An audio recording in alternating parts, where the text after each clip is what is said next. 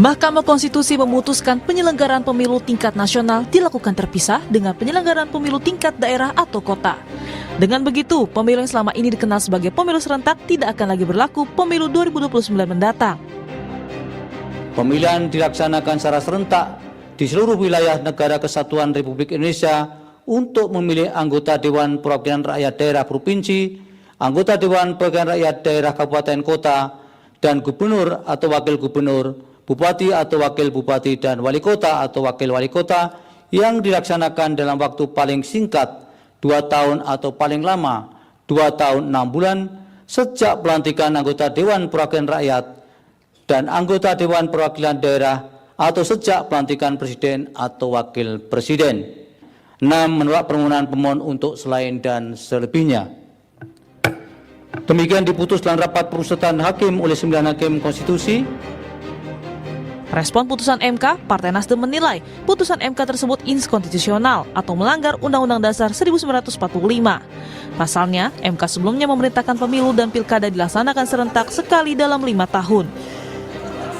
Dapat mengakibatkan krisis konstitusional, bahkan deadlock konstitusional, sebab apabila putusan MK dilaksanakan justru mengakibatkan pelanggaran konstitusi. Pasal 22E UUD NRI 1945 menyatakan, pemilu dilaksanakan setiap 5 tahun sekali, ayat 1. Kemudian, pemilu sebagaimana dimaksud pada ayat 1 tersebut diselenggarakan untuk memilih presiden, wakil presiden, anggota DPR, DPE, DPD, dan DPRD, ayat 2. Dengan demikian, ketika setelah 5 tahun periode DPRD tidak dilakukan, maka terjadi pelanggaran konstitusional.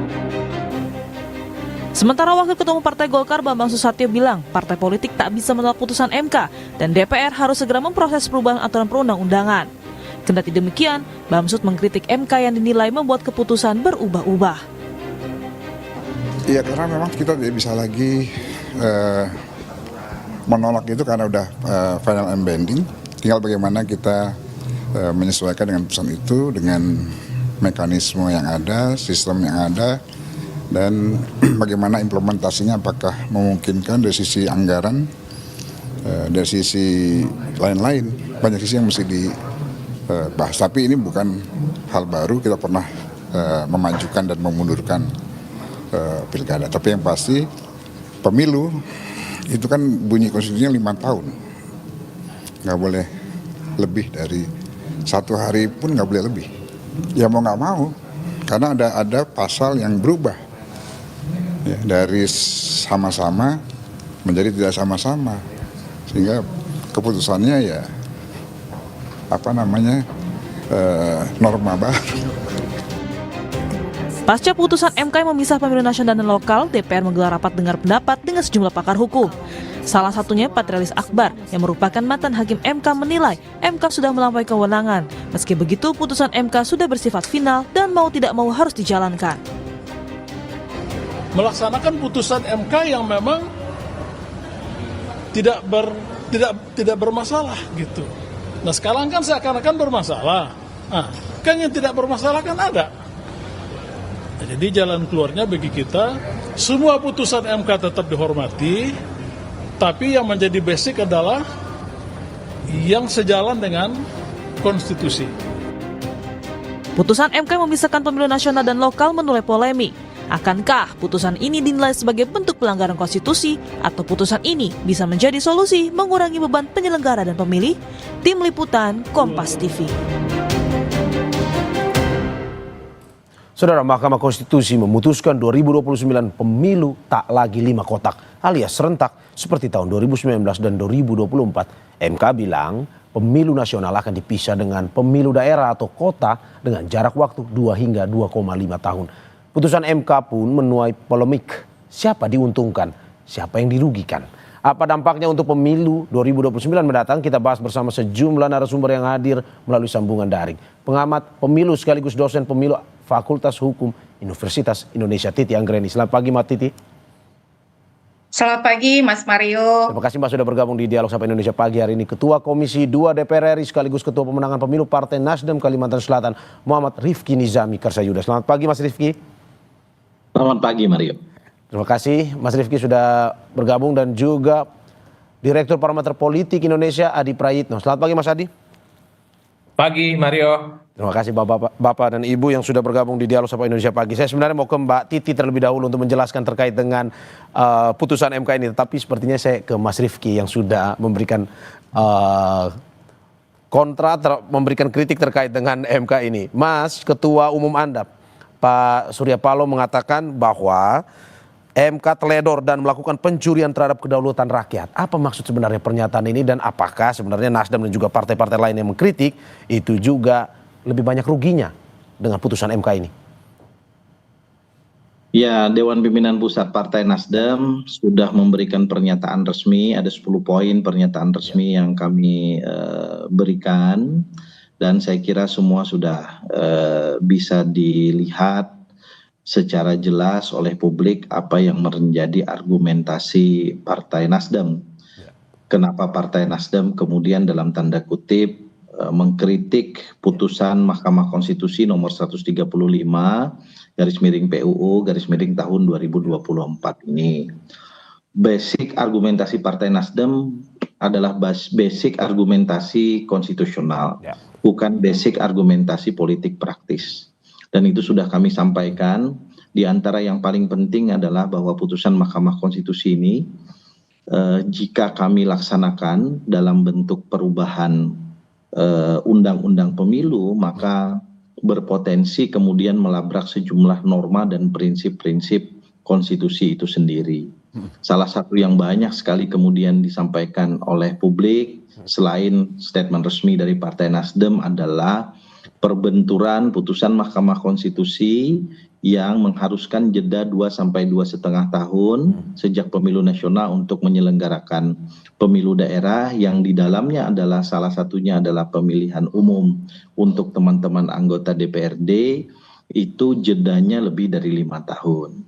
Sementara dalam ketentuan pasal 22E ayat 1 dan ayat 2 konstitusi kita menyebutkan bahwa pemilu dilaksanakan 5 tahun sekali dan pemilu dilaksanakan untuk memilih presiden, wakil presiden, anggota DPR, anggota DPD, dan anggota DPRD. Kami merasa rekayasa konstitusional untuk membuat norma transisi lebih dari 5 tahun itu tidak rasional bagi kami. Membuat satu norma yang menabrak norma konstitusi. Tidak rasional, tetapi alasan-alasan lain yang kemudian tentu bisa kita kemukakan dengan sangat logis dan rasional dalam perspektif konstitusional. Tidak rasional, tetapi kalau melihat bahwa ada 2 pertentangan. Konstitusi sendiri mengatakan dijalankan 5 tahun, tetapi putusan MK final and binding mengikat harus dilakukan juga. Terjadi kebingungan, kegamangan di sini? Enggak, bagi DPP Partai Nasdem kami enggak gamang. Kami pada posisi yang sudah memutuskan bahwa kami tidak akan menindaklanjuti putusan Mahkamah Konstitusi ini, dan sebagai anggota fraksi Partai Nasdem di DPR, saya sami'na wa ata'na terhadap putusan partai. Dan nanti kalaupun ini secara politik hukum nasional bergulir di DPR, khusus terkait dengan daftar inventarisir masalah ini, saya akan menyatakan sikap saya, dan jika perlu, jika nanti saya sedang memimpin rapat, saya akan keluar dari rapat untuk kemudian menyatakan posisi saya agar tidak mengganggu proses politik hukum nasional yang berjalan. Mas Rifki, saya tegaskan lagi, berarti tidak mengikuti aturan MK yang baru, putusan MK yang baru dari Nasdem dan juga Anda sebagai pribadi sebagai Ketua Komisi 2. Saya sebagai pribadi, sebagai anggota fraksi Partai Nasdem di DPR RI. Sebagai Ketua Komisi 2 DPR RI, saya menunggu arahan dan putusan pimpinan DPR RI. Kemarin Mbak Titi juga kami undang dalam rapim terbatas di DPR yang dipimpin oleh Profesor Sufmi Dasko Ahmad. Kami mendengar, kami ingin menerima masukan, tetapi nanti pada saatnya jika memang ini dimasukkan dalam daftar inventarisir masalah rancangan undang-undang pemilu, selain saya menyatakan sikap saya sebagai anggota fraksi Partai Nasdem, dan jika perlu pada saat membahas ini saya tidak akan memimpin rapat agar kemudian tidak terjadi konflik of interest. Lebih memang pada akhirnya ya ini keputusan pribadi yang mengikuti juga nanti pada Komisi 2 nanti. Tetapi secara umum karena ada permintaan terkait dengan revisi di Undang-Undang Pilkada dan juga Undang-Undang Pemilu. Ke depan apakah Anda sebagai Ketua Komisi 2, sebagai pribadi yang juga bergabung di Partai Nasdem, akan mengikuti juga terkait dengan revisi ini, mengikuti putusan MK yang terbaru, ataukah ya sudah seperti Anda bilang tadi tetap pada pendirian Anda? Kalau revisi Undang-Undang Pemilu kan sebuah keniscayaan, karena kita ingin memang melakukan desain besar terkait dengan kepemiluan kita. Dan kami juga telah mengundang banyak sekali pakar kepemiluan, para ahli tata negara, ahli pemerintahan untuk kami dengar di Komisi 2 DPR RI, sembari kami sekarang sedang terus melakukan evaluasi terhadap pemilu yang berjalan tahun 2024, apakah itu pileg, pilpres, termasuk pemilihan gubernur, bupati, dan wali kota yang sampai dengan detik ini masih ada proses PSU di beberapa tempat. Jadi kalau rancangan undang-undang pemilunya menurut saya itu sebuah keniscayaan yang harus kemudian kita bahas. Tetapi kemudian khusus terkait dengan pemilu nasional dan pemilu lokal sesuai dengan putusan Mahkamah Konstitusi nomor 135 tahun 2024 ini, Partai Nasdem sekali lagi punya posisi untuk tidak pada pihak yang ingin menindaklanjutinya dalam bentuk revisi undang-undang pemilu. Oke. Terima kasih Mas Rifki. Saya ke Mbak Titi. Mbak Titi, ini eksklusif juga nih kita mendengar sikap dari Partai Nasdem, sikap dari Mas Rifki sendiri sebagai Ketua Komisi 2 terkait dengan kita tidak akan mengikuti putusan MK, tetapi tetap dalam Undang-Undang Konstitusi yang mengatakan 5 tahun sekali. Tanggapan Anda seperti apa? Bagaimana Anda melihat bahwa dinamika partai politik ini punya keputusan sendiri, walaupun final and binding, tetap berpegang pada konstitusi ketimbang putusan MK? Ya, saya kira Pak Rifki adalah politisi yang matang ya. Selain politisi juga pembelajar hukum tata negara yang sudah pada tingkatan pakar begitu. Jadi pasti Pak Rifki memahami seperti apa harus bersikap dalam konteks sebagai politisi dan juga pakar hukum tata negara. Pengabdian di parlemen itu kan bukan hanya untuk partai ya, tetapi juga untuk kepentingan yang lebih besar. Saya kira tentu saja putusan Mahkamah Konstitusi berdasarkan konstitusi kita bersifat final, mengikat begitu, dan memang pembentuk undang-undang harus menindaklanjutinya. Dinamika merespon putusan Mahkamah Konstitusi ya memang seperti ini. Ada penerimaan, ada kritik, kontroversi, termasuk misalnya pada waktu soal syarat usia ya, hampir semua pihak mengatakan Mahkamah Konstitusi tidak konsisten, Mahkamah Konstitusi tidak mengikuti apa yang sudah menjadi langgam putusan MK dalam putusan-putusan terdahulu. Tetapi kan rakyat menunjukkan kebijaksanaannya pada waktu itu, ketidakpuasan, ketidaksukaan, direspon dengan upaya hukum yang sudah diberikan. Kita lihat setelah putusan 90 tahun 2023, banyak sekali masyarakat ataupun organisasi yang kemudian menguji kembali putusan tersebut. Karena memang itulah dinamika dan mekanisme yang diberikan oleh konstitusi kita. Jadi ya harapannya tentu saja para elit, para politisi memberikan teladan budaya konstitusi yang baik kepada masyarakat, dan setiap ketidakpuasan itu disalurkan melalui mekanisme yang sudah diberikan begitu ya, deliberasinya dibuka. Jadi menurut saya saat ini deliberasinya kan menggunakan medium-medium media begitu ya. Media menjadi jembatan komunikasi antara politisi, masyarakat, dan juga para pakar. Nah ini tantangan, mestinya DPR segera buka forum formal untuk mendeliberasikan ini secara akuntabel. Dengarlah semua pihak secara berimbang dan proporsional. Karena misalnya kalau pernyataan bahwa putusan ini menabrak pasal 22E ayat 1, tapi kan ada juga banyak pihak yang mengatakan tidak menabrak pasal 22E ayat 1 karena konsepnya adalah konsep masa transisi. Nah, saat ini yang diperlukan justru membawa ini ke forum deliberasi yang difasilitasi oleh pembentuk undang-undang, maka pihak-pihak yang punya pandangan ini bisa didengar secara terbuka lalu juga akuntabel kepada publik, dan perdebatannya kemudian menjadi perdebatan yang betul-betul argumentatif begitu ya. Jangan misalnya DPR itu hanya mengundang pihak-pihak yang kontra, lalu pihak-pihak yang mendukung tidak didengar. Nah ini catatan yang pertama. Yang kedua, soal putusan Mahkamah Konstitusi ini satu bagian saja, satu babak saja dari bangunan pemilu kita. Jadi kalau kita bicara sistem pemilu itu saja punya 7 variabel. Nah yang diputus oleh MK ini adalah variabel penjadwalan atau format pemilu. Pemilunya itu tetap serentak. tapi serentak nasional dan serentak daerah. Dan justru yang disebut pemilu serentak itu adalah seperti yang diputuskan oleh MK. Karena keserentakan pemilu itu dalam banyak desain kepemiluan dan juga standar kepemiluan global adalah menyerentakkan pemilu dalam jenis yang berbeda pada tingkatan yang sama. Jadi ya pemilu legislatif nasional dengan pemilu eksekutif nasional, legislatif daerah dengan eksekutif daerah. Kalau yang di 2019 dan 2024 itu disebut sebagai pemilu borongan begitu karena semua diborong. Nah, yang kedua yang berikut adalah Mas Mario ya. Karena itu hanya satu bagian dari variabel sistem pemilu kita, banyak pekerjaan rumah lain yang memerlukan konsentrasi dari pembentuk undang-undang. Misalnya soal sistem pemilu, MK juga sudah punya putusan 114 tahun 2022. Soal ambang batas parlemen, putusan 116 tahun 2023. Soal keserentakan rekrutmen penyelenggara pemilu, putusan 120 tahun 2022. Nah, PR besarnya adalah bagaimana membangun koherensi ini.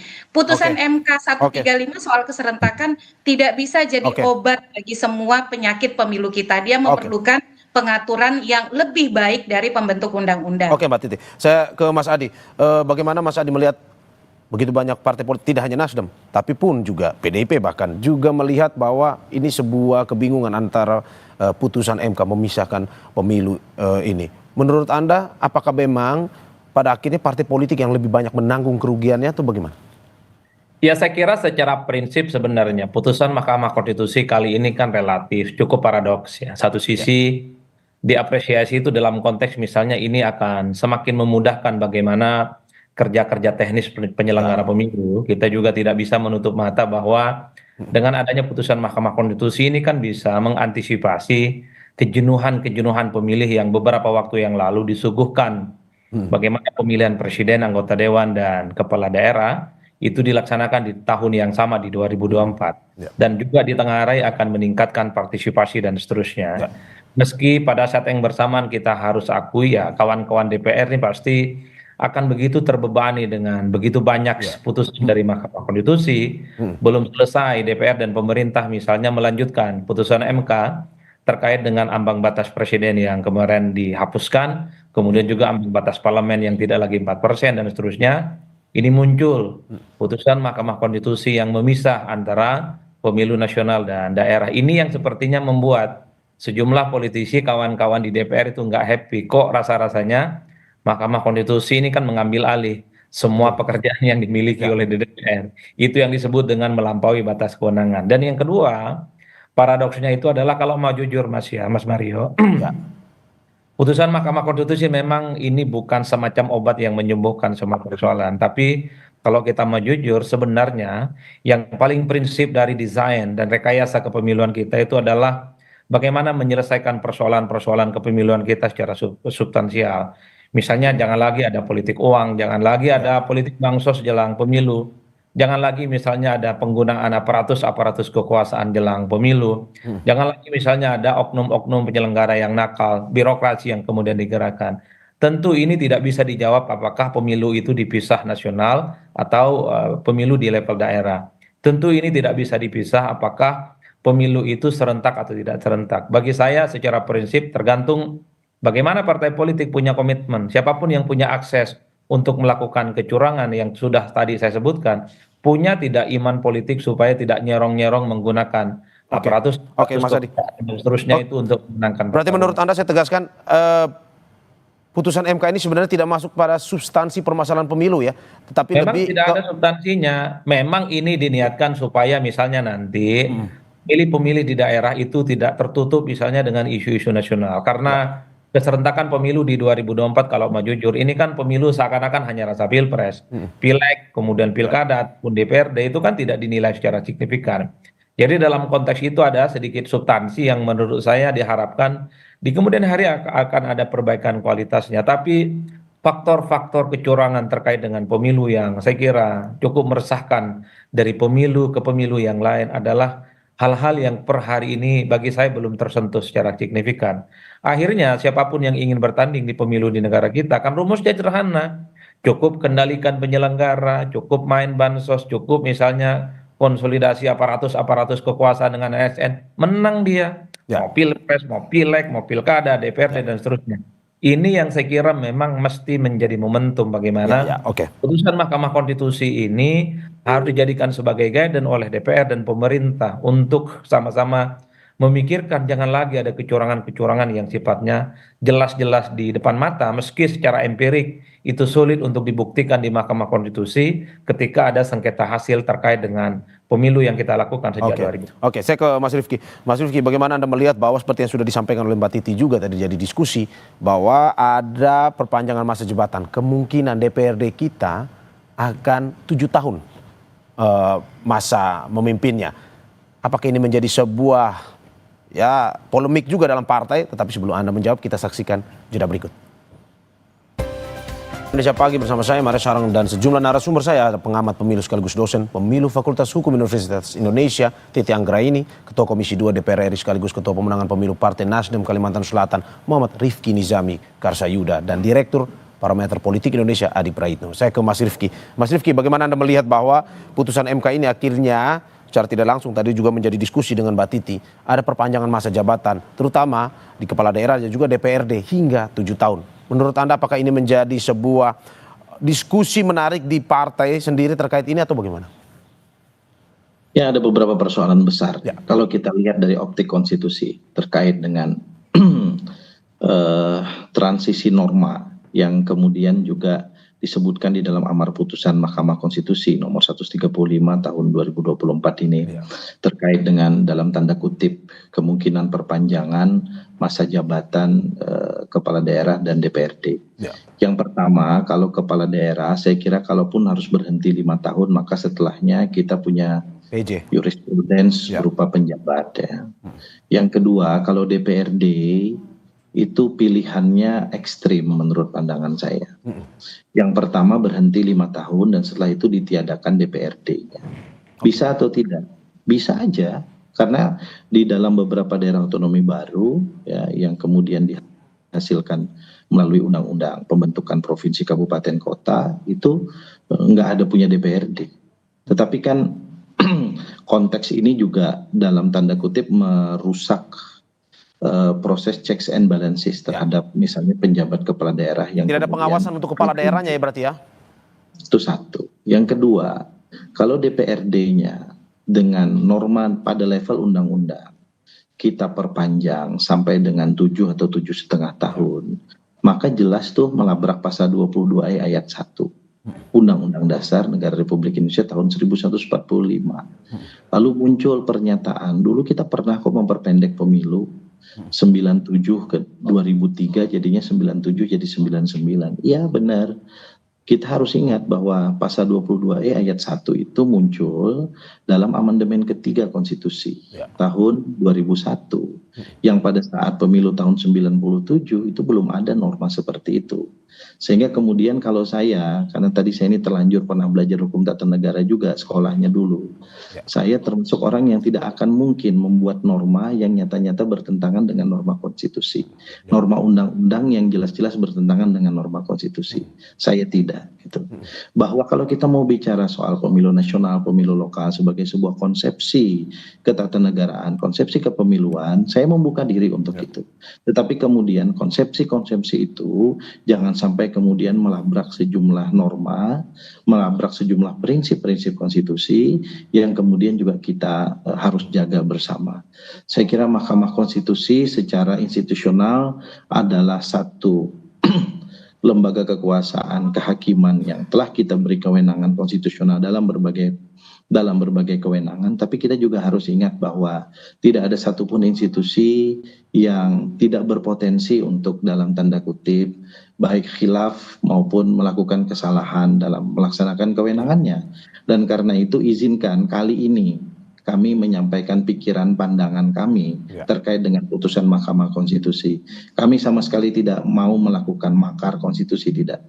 Kami justru ingin mengingatkan kepada Mahkamah Konstitusi ketika terjadi kekhilapan dalam putusan, kekhilapan dalam penerapan prinsip-prinsip konstitusi, mari kita kembali pada konstitusi itu sendiri. Karena itulah prinsip dasar negara hukum konstitusional Indonesia kita. Oke, saya ke Mbak Titi. Mbak Titi, menarik bahwa sudah ada pemikiran terkait dengan jika pada akhirnya ini ada pemisahan ada jeda waktu 2 sampai 2,5 tahun.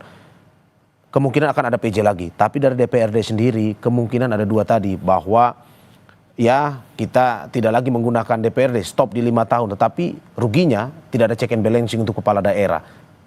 Menurut Anda seperti apa? Ya, pertama kembali kepada judul ya, untung rugi pemilu nasional, pemilu lokal. Aktor pemilu itu kan setidaknya ada 3. Ada pemilih, ada penyelenggara, ada peserta. Kalau dari hitung-hitungan objektif, pemisahan pemilu serentak nasional dan daerah, itu akan lebih membawa insentif untuk pemilih dan penyelenggara.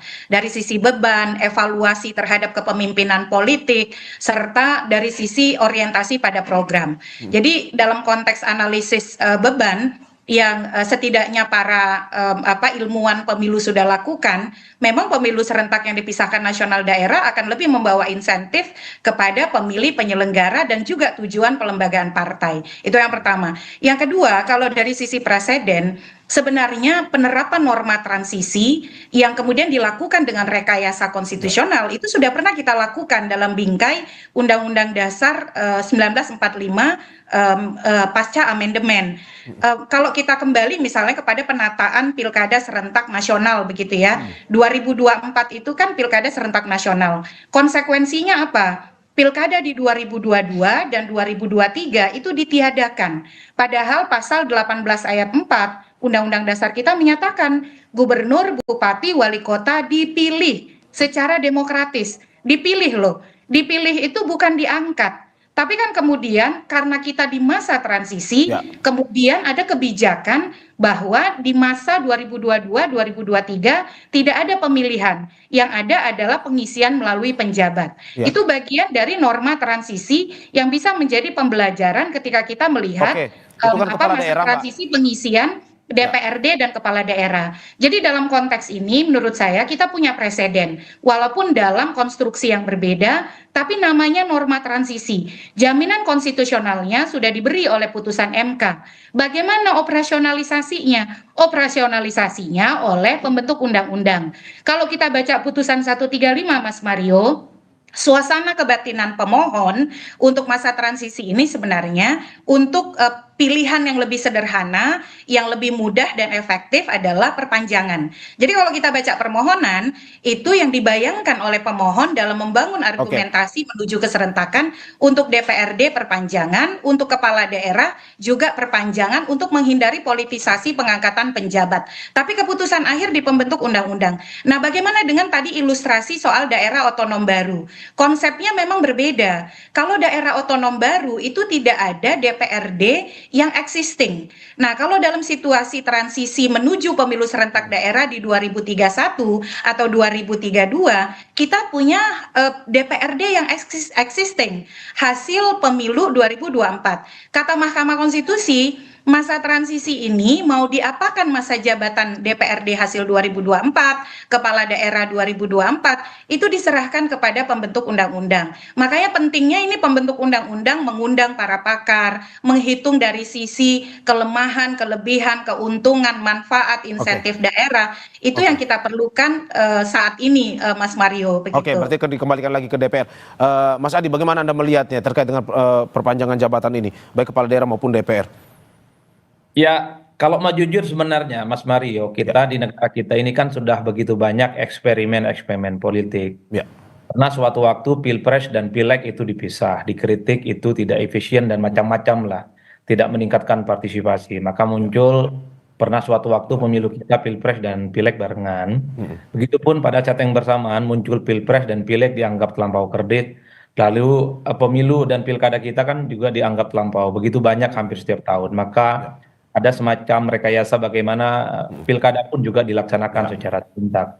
Begitu banyak penjabat-penjabat yang ditunjuk sejak 2017, 18, 19 demi menuju pilkada serentak nasional di 2024. Kan kritiknya satu, supaya rakyat itu tidak terlampau sering disuguhkan bagaimana pemilihan politik, baik pilkada ataupun pilpres dan pileg. Kemarin di 2024 kita menghadapi bagaimana pilpres, pileg, dan pilkada barengan. Dikritik juga bahwa itu dianggap terlampau, begitu banyak persoalan-persoalan yang cukup krusial. Ada kejenuhan, kemudian ada beban terkait dengan penyelenggara, kemudian kualitas pemilu kita tidak oke, kemudian pemilu kita itu seakan-akan hanya soal pilpres, hanya soal Prabowo, hanya soal Anies, hanya soal Ganjar, tapi tidak bicara tentang pada level pileg seperti apa dan pilkada. Maka putusan Mahkamah Konstitusi ini sebenarnya dalam banyak hal memang diikhtiarkan bagaimana peningkatan kualitas pemilu di Indonesia. Meski harus saya akui karena begitu banyak eksperimen politik di Indonesia, tentu tidak bisa dijawab apakah pemilu ketika dipisah nasional ataupun dengan daerah itu dilaksanakan secara berbeda akan menghilangkan persoalan-persoalan krusial. Bagi saya secara prinsip adalah mungkin di kemudian hari juga akan lahir putusan-putusan dari Mahkamah Konstitusi misalnya yang meminta supaya pemilihan eksekutif dan legislatif juga dipisah, supaya pemilu dan pilkada tidak rasa eksekutif tapi juga ada rasa pileg. Ini kan bagian dari bagaimana mekanisme ketika ada pihak-pihak yang kemudian mencoba untuk mencari desain kepemiluan yang dianggap mantap, dianggap oke, ya tentu melalui Mahkamah Konstitusi. Repotnya kalau kita mau jujur, putusan Mahkamah Konstitusi ini kan final and binding, mengikat ya dan tidak bisa dibantah. Jadi siapapun dirimu, siapapun kau lah, kira-kira begitu. Suka tidak suka harus menjalankan putusan dari Mahkamah Konstitusi. Yang menjadi ramai itu karena banyak sejumlah kawan-kawan politisi di Senayan itu seakan-akan tebang pilih. Giliran putusan Mahkamah Konstitusi 90 ambang batas minimal syarat pencapresan pada diam, sekalipun ada yang protes ya, itu dianggap final and binding. Kenapa persoalan soal bagaimana pemilu dipisah nasional dan lokal ini tidak diamini saja dan tinggal diwujudkan bagaimana misalnya momentum untuk menciptakan omnibus law undang-undang pemilu. Tapi satu hal, siapa yang untung? Kalau misalnya skenario soal kepala daerah itu ditunjuk, ya tentu pihak-pihak yang berani dan bisa menggaransi para penjabat itu dipilih dialah yang untung secara signifikan. Begitupun misalnya kalau DPRD itu ditunjuk yang ribuan, ya siapa yang berhak untuk menunjuk para penjabat itu ya adalah mereka yang diuntungkan secara politik. Tapi bagi saya ya inilah mekanismenya. Pemiluan di kita. Saya ke MK sudah mengeluarkan ini barang. Saya ke Mas Rifki. Mas Rifki, bagaimana Anda melihat bahwa sebenarnya alasannya ini dari MK sendiri ya untuk ini karena kemarin voter fatigue, kelelahan karena terlalu banyak yang harus dipilih dalam satu waktu secara serentak. Terus yang kedua juga untuk meningkatkan partisipasi pemilih, terutama pilkada yang kemarin rendah. Menurut Anda apakah memang ada positifnya juga sebenarnya dari putusan MK ini atau bagaimana sebenarnya? Ya, seluruh alasan-alasan teknis kepemiluan itu tidak boleh sama sekali melanggar prinsip-prinsip dasar konstitusi, itu aja bagi saya. Kalau soal teknis-teknis itu saya terbuka. Saya juga pernah menulis disertasi soal pemilu nasional, pemilu lokal. Saya menulis disertasi 2013 tentang partai politik lokal di Indonesia. Yang tentu dari sisi konsepsi ketatanegaraan sesuatu yang menarik untuk kita diskusikan. Tetapi kemudian seluruh diskusi-diskusi kepemiluan itu sekali lagi bagi kami di Partai Nasdem tidak boleh melanggar prinsip-prinsip dasar kita berkonstitusi. Itu aja masalah bagi kami. Kalau yang lain secara teknis kami tentu membuka diri untuk kita berdiskusi lebih panjang untuk kebaikan demokrasi konstitusional dan pemilu kita ke depan. Termasuk menurut Anda yang membingungkan adalah terkait dengan bagaimana kemarin pada tahun 2019 MK pun memberikan 6 opsi sebenarnya untuk dipikirkan terkait dengan model pemilu. Tapi di tahun ini satu opsi saja, mau tidak mau harus mengikuti. Menurut Anda itu juga salah satu problemnya? Ya, dulu bilangnya itu merupakan open legal policy dalam pertimbangan hukum, putusan nomor 55 tahun 2019 yang diajukan oleh teman-teman Perludem juga. Di dalam amar putusannya menolak, tetapi dalam pertimbangan hukumnya kan kita tahu semua bahwa Mahkamah memberikan 6 model keserentakan pemilu. Yang kemudian pembentuk undang-undang baik pemerintah maupun DPR dipersilahkan untuk dalam tanda kutip memilih sebagai bagian dari open legal policy.